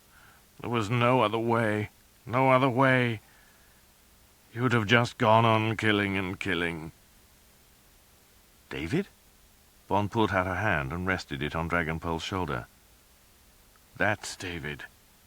That's my brother David. In the end, Laura knew about him, but she thought like you. She believed I was David. I was the one who was to marry Laura." Gianfranco suggested they all go to a safe house on the outskirts of Milan, which would be used for the debriefing. There they met M and Bill Tanner. Finally, Gianfranco Orsini arrived. "Well, he saved your life, Captain Bond. This is for certain. I have forensic people who will bring the weapon up in a moment. This brother, Daniel Dragonpole, has told us much."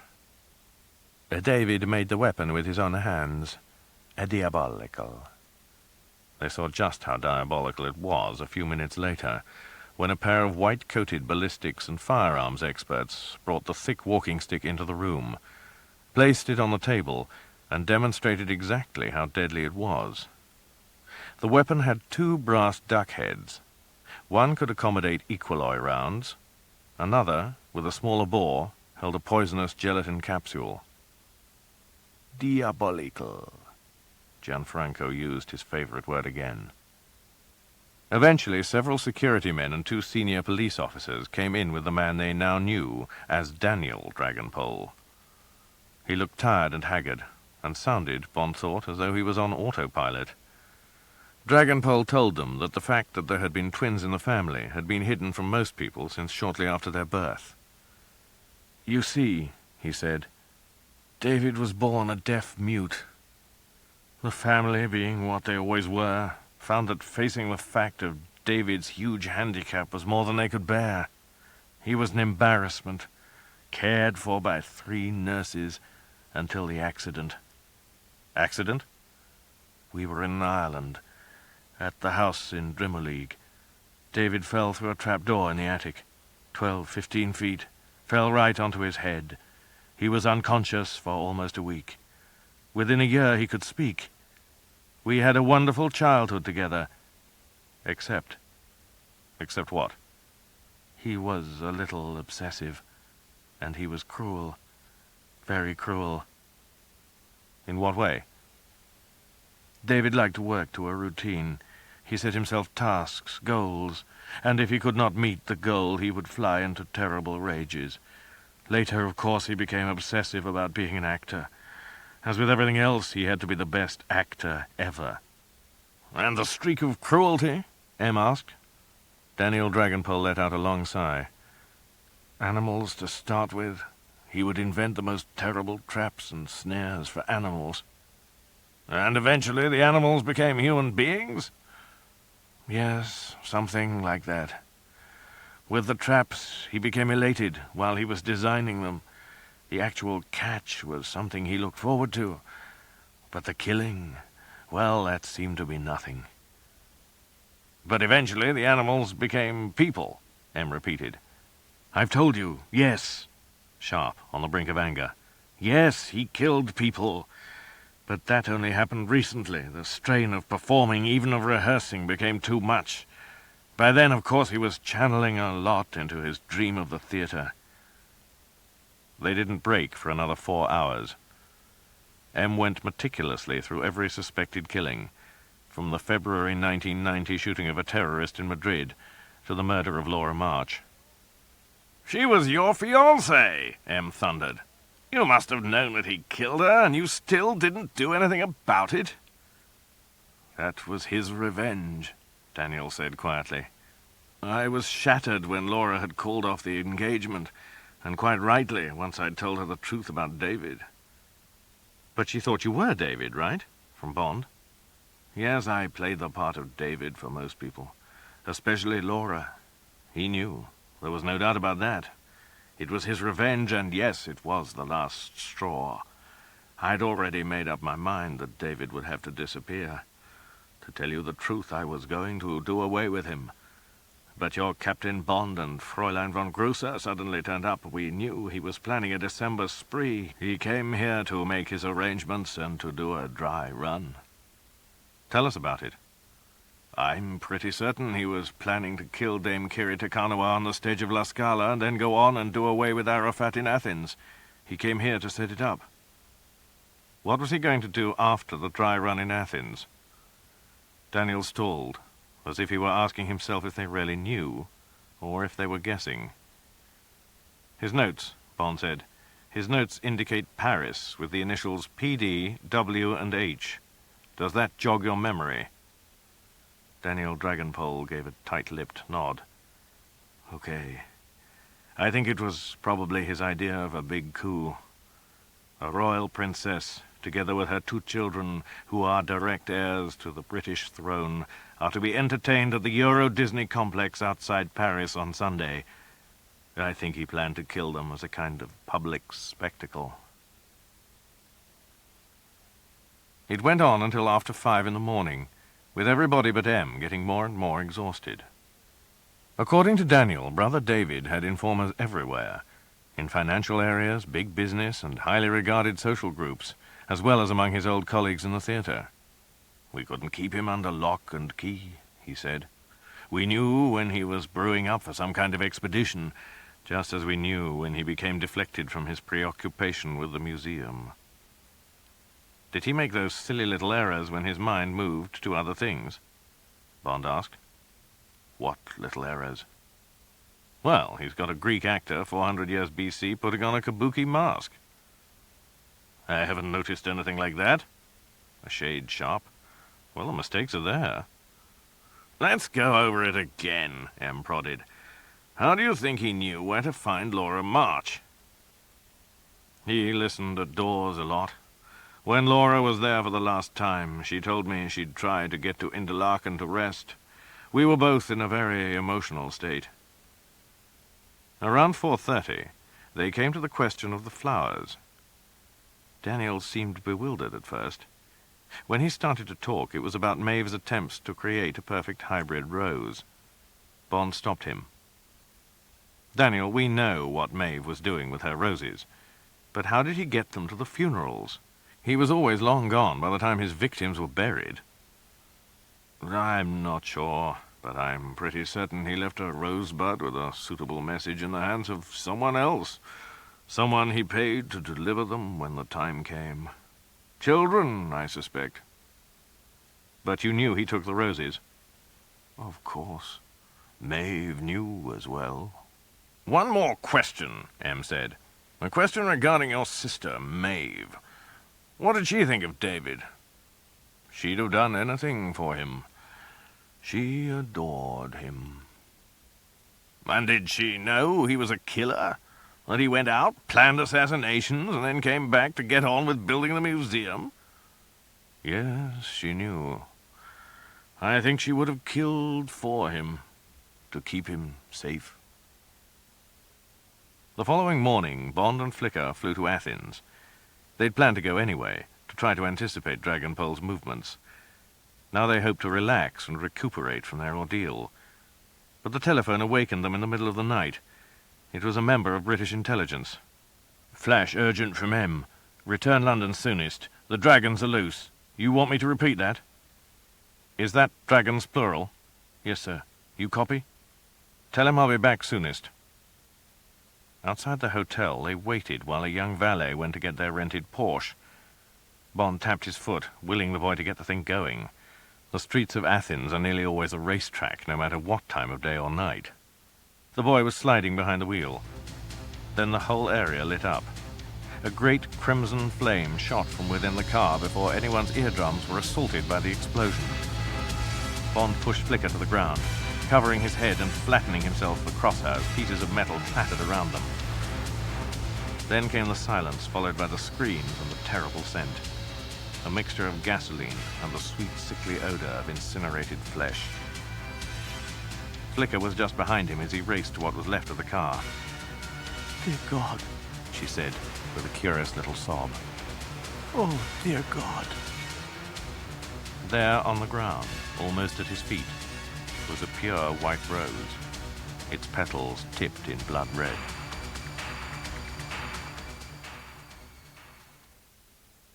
Bill Tanner drove them in from Heathrow, talking the whole way. During Dragonpole's long debriefing, he told them, the Italians had argued about the relative merits of preparing some makeshift accommodation at the villa they had used as a safe house, or driving Daniel 5 miles or so to a police precinct with cells. In the end, it was decided to secure an area on the spot, so new locks and some bars were fitted to one of the outbuildings. But Dragonpole had escaped, killing both his police guards and stealing the uniform of one. Looks like our Daniel was really David, Bond mused. We consider that an absolute certainty, Tanner agreed. The scene on the rooftops of the Duomo replayed in Bond's mind. Carmel waving and calling, then the lethal walking stick coming up. Carmel shouting, "No, James, no, he's..." He wondered if the man lifting the stick was really only raising it in greeting. The more he thought the scene through, the more he became convinced that Carmel and the man they thought was David came in peace. Tanner also told them that the Princess of Wales had been warned of the danger of taking a trip to Euro Disney, but she had refused to change her plans. Therefore, a meeting had been set up between Bond and the head of security at Disney. This was a roly-poly man with a constant smile, who was introduced only as Ben. He spread out a chart of the entire Disney area. Bond questioned him about the way security worked, learned about the underground tunnels which allowed maintenance and emergency access to any part of the park, while employees also kept a strict eye on each of the rides and experiences. Finally, Bond said, I promise you that however tight your security might be, Dragonpole will stay where he wants to stay and be where he wants to be. If I'm right, he'll certainly be in the park over Saturday, Sunday night. I think he'll use explosives, and I think he'll hit either here or here. His finger stabbed at the chart, pointing to two of the main attractions of the park, Pirates of the Caribbean and the short trip on the riverboat Mark Twain. Why, exactly? Because there's water and a certain amount of cover. One is enclosed, the other's on the surface, but in both cases he could detonate devices himself. Bond spent all day Saturday at Euro Disney, looking at exhibits and looking for David Dragonpole. As he wandered around the park, he smiled with pleasure to see Chip and Dale, or Minnie Mouse signing autograph books for clamoring children, while Pluto and Goofy played the fool with kids of all ages. Then the chill struck him. What if the man inside the hot, stuffy Goofy suit was Dragonpole himself? He banished the thought quickly. It was not impossible, but the idea smacked of paranoia, so he took himself off to pass the time on some of the rides. He toured the Phantom Manor and watched the Mark Twain plying the big reach of water that made the rivers of the far west. Walking over to Discovery Land, he spent almost an hour in line for the Star Tours, watching R2-D2 and C-3PO preparing a craft for takeoff and finally entering the very realistic spaceship which was to take passengers to the moon of Endor. Early in the evening, he ate a pleasant salmon steak at the Blue Lagoon restaurant, under what appeared to be a tropical night sky with the sound of surf on the beaches.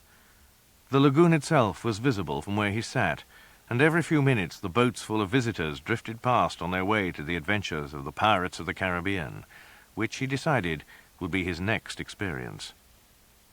Joining the line, he soon found himself floating in one of the boats, through a tunnel and then down a sickening lurch of a waterfall, and into the quiet of the lagoon he had been watching during his meal. As he looked towards the diners, Bond had an overpowering sense that he himself was being watched by a malignant pair of eyes. The smooth calm of the water changed as they appeared to round a headland to see a galleon under fire from cannons on the mainland. The explosions of the guns seemed very close, and great spouts of water leapt into the air as shots struck the sea close to his drifting craft. They then were sailing slowly into the city under siege, full of pirates singing and pillaging. When the park closed, Bond joined Smiling Ben underground, in the heartbeat of the park. "Which do you think it'll be? Pirates or the riverboat?" "Well, I'd go for pirates. Some kind of device near the galleon, where there's plenty of noise anyway, right near the effect of the cannonball hitting the water." Just before 2 in the morning, Bond retired to a small changing room where he had left the bulky sports bag containing the equipment his office had provided. A black wetsuit without mask or air bottle, a waterproof holster containing his favorite weapon, the 9mm ASP automatic with the gutter-snipe sight, and 2 spare clips of Glaser slugs. He also carried a Gerber fighting knife, a recent gift from the U.S. Navy SEALs, and a pack of 4 waterproof hand-operated flares.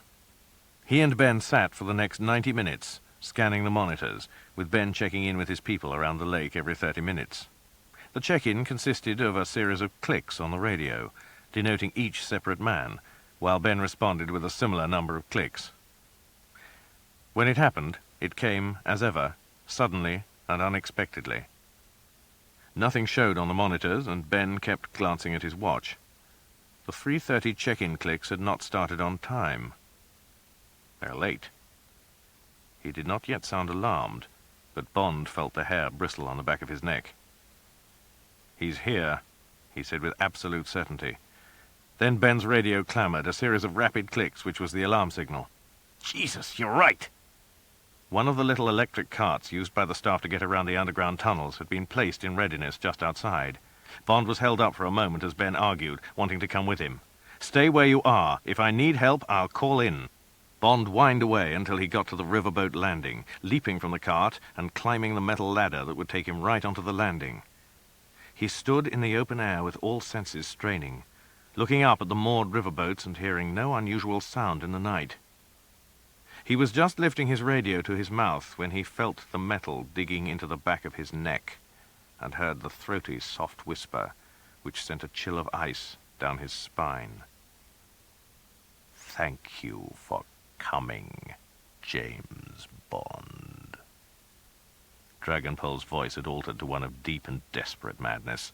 This time he was not acting. Dropping the radio, hoping that the touch of his thumb on the button would have already alerted Ben, Bond let his body go limp. It was an old trick.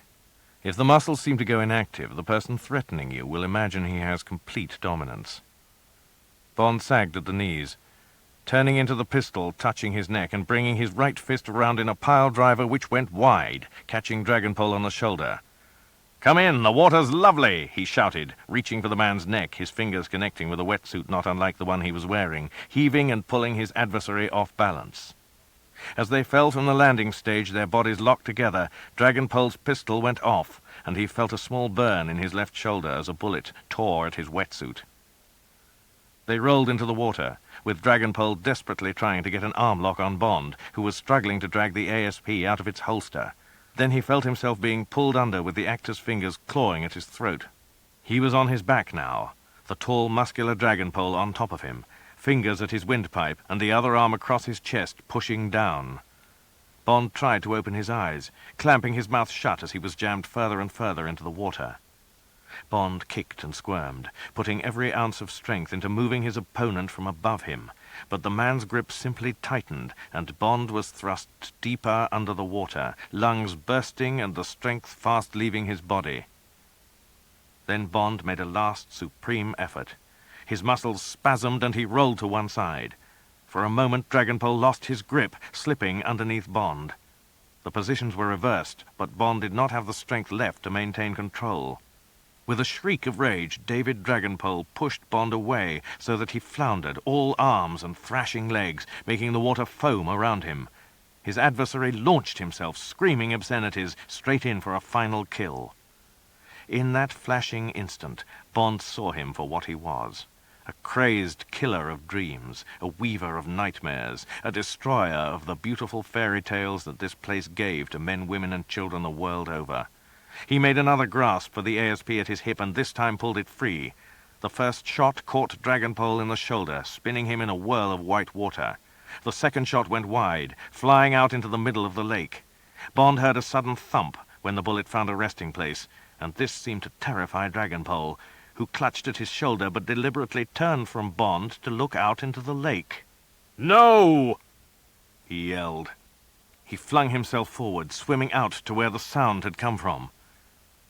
Bond stood in some 4 feet of water, puzzled, disinclined to finish off the mad killer who appeared to have found superhuman strength for some last battle only he could fight.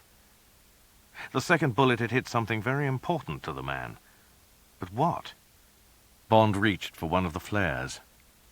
As the light seared the sky, David Dragonpole stopped swimming, turned and began to shout, first in fury and then, as the flare dipped towards him, in terror. The flare touched the surface, but did not go out. Instead of a fizzle, a sudden gush of flame leapt into the air and then spread out in a great bowl of fire. In its midst was this tiny figure engulfed by flame. There was the roar of burning chemicals, then loud above that noise the sound of hideous screaming, as the fire overwhelmed the man who had brought ingeniously planned death to so many. The trap, when all became clear, was an aluminum beer keg filled with a deadly mixture of gasoline and thermite, a black powder of iron oxide mingled with aluminum granules. There had also been a simple remote device which would have proved very effective, an electrical detonator set into a small ball of plastique explosive. If this device had been exploded as the Mark Twain passed over it, the resultant fireball would have engulfed the paddle steamer. Very few people would have gotten out alive. By 8 Sunday morning, nobody would have known that there had even been an incident. Bond waited near the main entrance, surprised at the lack of police and local protection, which he had expected to be there in force, ready to greet the royal party. "Nobody's told you?" Ben said, when Bond sought him out in the warren of tunnels beneath Euro Disney. "Told me what?" "It's off. She's not coming." "Last night's little business did the trick, then?" "No, James. This morning's little business did the trick. It seems that one of your people was with the royal detectives. She spotted Dragonpole's sister among the crowd. The lady in question had a very nasty grenade in her handbag. Your officer disarmed her, so it's all over. The princess made an immediate decision and called off the visit." It was not until he arrived home in London later in the day that Bond learned the identity of the officer who had spotted Maeve Horton. He was about to put his key in his front lock when the door was opened by his elderly housekeeper. May looked at him accusingly. "Mr. James, there's a young woman here who says she's your house guest." Flicker von Grüsser sat in the living room, wearing a very stylish pantsuit in red, with a lot of military flair and gold buttons on the jacket. She grinned. "I hear there was a bonfire party out at Euro Disney." "You've heard about Maeve, Old Hort, as well, have you?" "Heard about her? I nabbed her." Frederica von Grüsser had worked some kind of witchcraft on M, and had been sent as the service representative among the Scotland Yard Royal Detectives. Later she had been allowed to sit in on the interrogation, and it was immediately obvious that Maeve's love for brother David was of the unbalanced and unhealthy variety. "She said she'd have died for him, that he had more talent in his little finger than, oh, you know how these obsessive people go on. The whole damned family was crazy, if you ask me." It also became clear that Maeve was the answer to one of the great Dragonpole conundrums. "She did the flowers," Flicker told him. "Admitted it almost as soon as I asked. She followed on David's heels, taking those bloody roses with her and making sure they were delivered to the gravesides. Oh, by the way, M wants us both in the office at 9 tomorrow morning." "There are changes in the air." M seemed tense and serious. Changes that will affect this service drastically. The job's changing with the world, though I personally believe the world's a more dangerous place than it was when we had a cut-and-dried Cold War. 1,000 times more dangerous, which is why the powers that be are demanding a complete reorganization. You'll be doing some very different things in the future, James, and so will you, Fräulein von Grüßer. He picked up his old pipe and began to load it with the evil-smelling tobacco he had smoked since Bond first knew him. They'll be bringing you in here for a briefing in a few days. Until then, I suggest you take a short leave. If I'm right, it'll be the last one you'll get for a long time. He dismissed them with an almost perfunctory gesture. But as they reached the door, he called Bond back. James, do I sense the possibility of wedding bells between you and Fräulein von Grüßer? I don't know, sir. Maybe, maybe not. Why do you ask? M made his familiar harumphing noise. Well, I suppose that, contrary to your experience, I'm really just a sentimental old matchmaker. Really, sir? He didn't believe a word of it. Well, I'm just saying that you could do worse, James. You could do much worse. Well, sir, if it does happen, I'd ask only one thing of you. Oh, yes? And what would that be? Please, sir, don't send any flowers.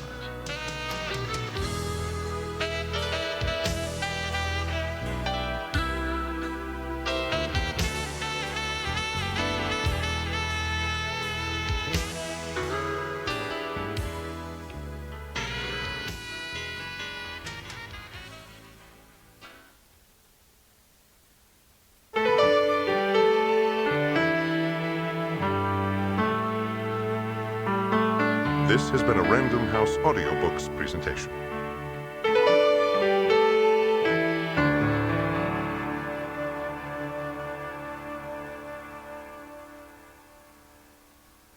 We hope you have enjoyed this audio program. Another title by John Gardner, available on audio cassette from Random House, is Death is Forever, read by Simon Jones.